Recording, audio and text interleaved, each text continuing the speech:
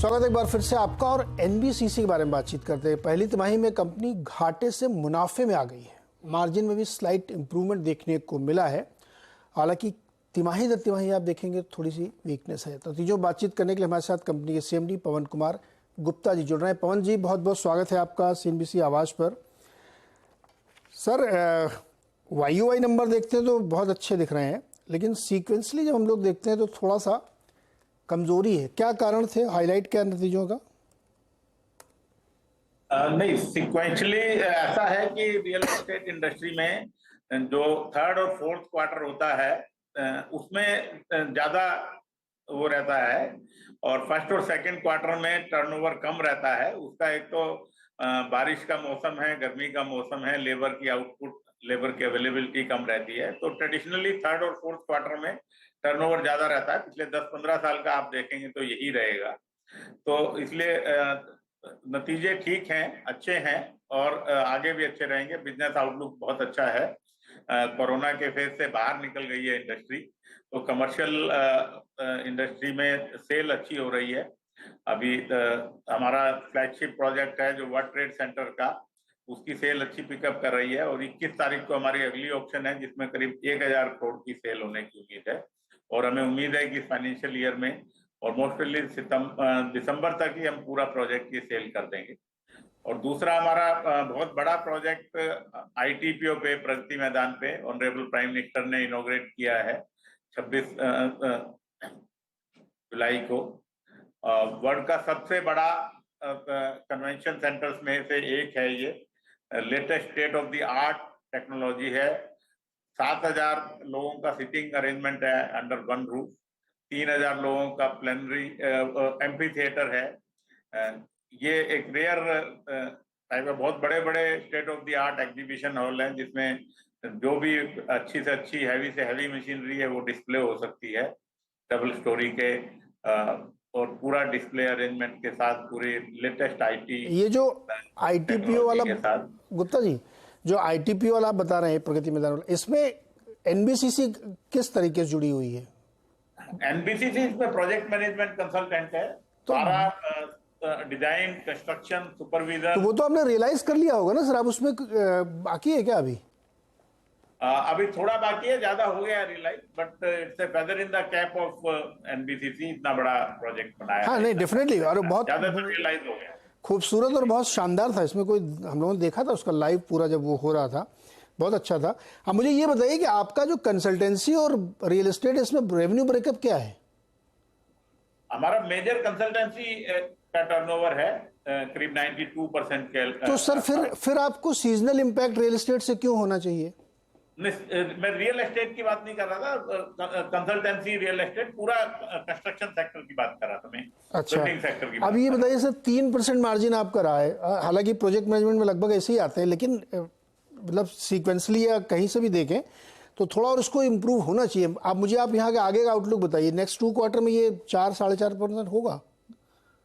इस साल में हमारा 10,500 करोड़ टर्नओवर का कंसोलिडेटेड बेसिस पे टारगेट है, और उसी डायरेक्शन में हम चल रहे हैं। और पूरी उम्मीद है कि हम वो अचीव कर लेंगे। 2000 करोड़ का टारगेट, 2000 करोड़ के करीब का टर्नओवर फर्स्ट क्वार्टर में अचीव हुआ है। और जो रेशो रही है फर्स्ट क्वार्टर की और ओवर टोटल पूरे ईयर की, उसके हिसाब से 10,500 करोड़ हम अचीव कर लेंगे। और 6% पीबीटी टारगेट है, 4% के करीब एबिटा मार्जिन है। दोनों के दोनों अचीवेबल हैं इस साल में। और अभी तक हम 3100 करोड़ रुपए का कंसोलिडेटेड बेसिस पे हमें बिजनेस मिल चुका है। 2800 करोड़ के टेंडर अवार्ड कर चुके हैं। 6500 करोड़ के टेंडर अंडर फाइनलाइजेशन है, डिफरेंट स्टेजेस पे जी हो चुके हैं। पिछली बार आपका जो रेवेन्यू था सर FY23 में, वो 6700 करोड़ के आसपास था। इस बार कह रहे हैं आप 10,000 करोड़ को पार कर जाएंगे? नहीं, FY23 में 6700 करोड़ स्टैंड अलोन था। हाँ। और कंसोलिडेटेड बेसिस पे 8700 करोड़ के करीब है। तो 87 वाला आप 10 करेंगे, 12 करेंगे, कितना करेंगे? 10,650 हमारा लक्ष्य के साथ जो MOU हुआ है उसमें टारगेट है, उसको हम अचीव कर लेंगे, उसको सरपास ही करेंगे थोड़ा बहुत। अच्छा गुप्ता सर, एक वो जो आम्रपाली वाला आप लोगों का, उसका क्या स्टेटस है इस समय? आम्रपाली का 8,000 करोड़ का हमारा प्रोजेक्ट है। 5,000 करोड़ की कंस्ट्रक्शन हम कर चुके हैं। हाँ। और 3500 के करीब हम नए मकान जो है पब्लिक को सेल कर चुके हैं। 6,000 के करीब मकान हमें सेल करने हैं। सेल ठीक चल रही है और 24 के एंड तक ये प्रोजेक्ट पूरा हो जाएगा। और इसमें जो FAR बचा हुआ था उसके लिए हमारी बात चल रही है और वो काम भी हमें मिलने की उम्मीद है। वो करीब 8-9,000 करोड़ के करीब का काम होगा। किससे बात चल रही है सर? जल्दी हमें मिल जाएगा और उसको हम टेकअप करेंगे तो अगले 3 साल में वो काम भी पूरा होने की वो उसका मुझे अपडेट चाहिए। जो FAR एडिशनल आप बता रहे हैं 8-9,000, वो किससे मिला और क्या उसका इस्तेमाल क्या होगा, क्या बनाएंगे आप वहाँ? ऐसा है कि जो आम्रपाली प्रोजेक्ट था ये बिल्डर के छोड़ने के बाद उसमें सभी कुछ प्रोजेक्ट्स में FAR बचे हुए थे जो सेल नहीं हुए थे। मतलब उसमें लैंड बचा हुआ था जो सेल नहीं हुआ था बीच बीच में 7-8 प्रोजेक्ट्स में। तो उनको सेल करने की बजाय, क्योंकि उसमें वो FAR प्रोजेक्ट के बीच में ही है, तो वो नए बिल्डर के लिए उसको करना मुश्किल है। उसको वो अपना नाम देना चाहता है, वो पॉसिबल नहीं है। तो उसके लिए डिसीजन ये हो रहा है कि वो NBCC ही बनाए और मार्केट में बेचे। तो घर बना के ही बेचेंगे क्या?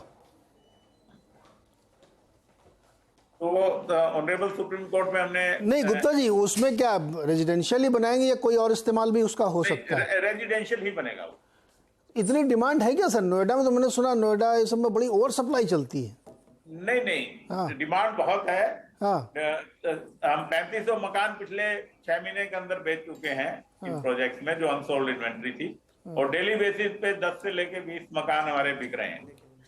तो डिमांड बहुत है, पर्टिकुलरली ग्रेटर नोएडा में जेवर एयरपोर्ट आने के बाद बहुत डिमांड है। नोएडा में भी बहुत डिमांड है। पूरे NCR में आज की डेट में नोएडा विश लिस्ट में है और सबसे ज्यादा जो सेल है नोएडा में हो रही। सर टिकट साइज क्या है जो आप बेच रहे हैं मकान आम्रपाली का? क्या टिकट साइज मतलब एवरेज मकान की कीमत क्या है? मकान की कीमत बहुत रीजनेबल रेट पे है। 45-50 लाख से लेके 1 करोड़ तक के मकान है, डिपेंडिंग ऑन साइज। और बहुत रीजनेबल रेट पे मकान मिल रहे हैं। ओके गुप्ता सर, बहुत बहुत शुक्रिया हमारे साथ जुड़ने के लिए और ये सारी जानकारी देने के लिए। और टारगेट है कि जो इस साल का लक्ष्य MOU साइन किया गुप्ता जी ने, 10,600 करोड़ से ज़्यादा का रेवेन्यू कंसोलिडेटेड बेसिस पे अचीव करेंगे। मार्जिन 4% प्लस अचीव कर सकते हैं गुप्ता जी, ये हमें जानकारी दे रहे हैं। NBCC जो एक ज़माने में बहुत ज़बरदस्त आउट परफॉर्म किया था। गौरव मेरे साथ जुड़े। गौरव, NBCC खरीदेंगे आप? कमेंट्री भी आपने सुन ली अब तो। देखिए, मैं तो पहले ही खरीद चुका हूँ। हमने क्लाइंट्स को 47 पे दिलवाया है और जो ब्रेकआउट्स काफी अच्छे हैं। 4-5 सब एक ट्रायंगल ब्रेकआउट था, उसके बाद में कंसोलिडेशन हुआ और फिर एक स्विंग ब्रेकआउट हुआ। तो यहाँ पे मुझे लग रहा है कि अपसाइड जो है आपको 55 से 57 रुपए के लिए आपको देखने मिल सकती है। तो हमने अपने क्लाइंट्स को ऐसा डिस्काउंट ऑलरेडी दिलाए हैं 47 के आसपास। तो यहाँ पे भी आप मौके हैं बाय कर सकते हैं। क्या लक्ष्य क्या रखा हमने? 55 से 57 रुपए का एक इमीडिएट हर्डल है और पूरा पैटर्न अगर टारगेट देखा जाए तो 60-65 के बीच में आता है। लेकिन शॉर्ट टर्म से मीडियम टर्म के लिए 55-57 के लिए प्ले कर सकते हैं। ओके, तो NBCC ये कमेंट्री बड़ी अच्छी थी। गुप्ता जी ने बहुत अच्छे से समझाया कि कैसे आगे इनका काम चलेगा। लेकिन इस बीच वेदांत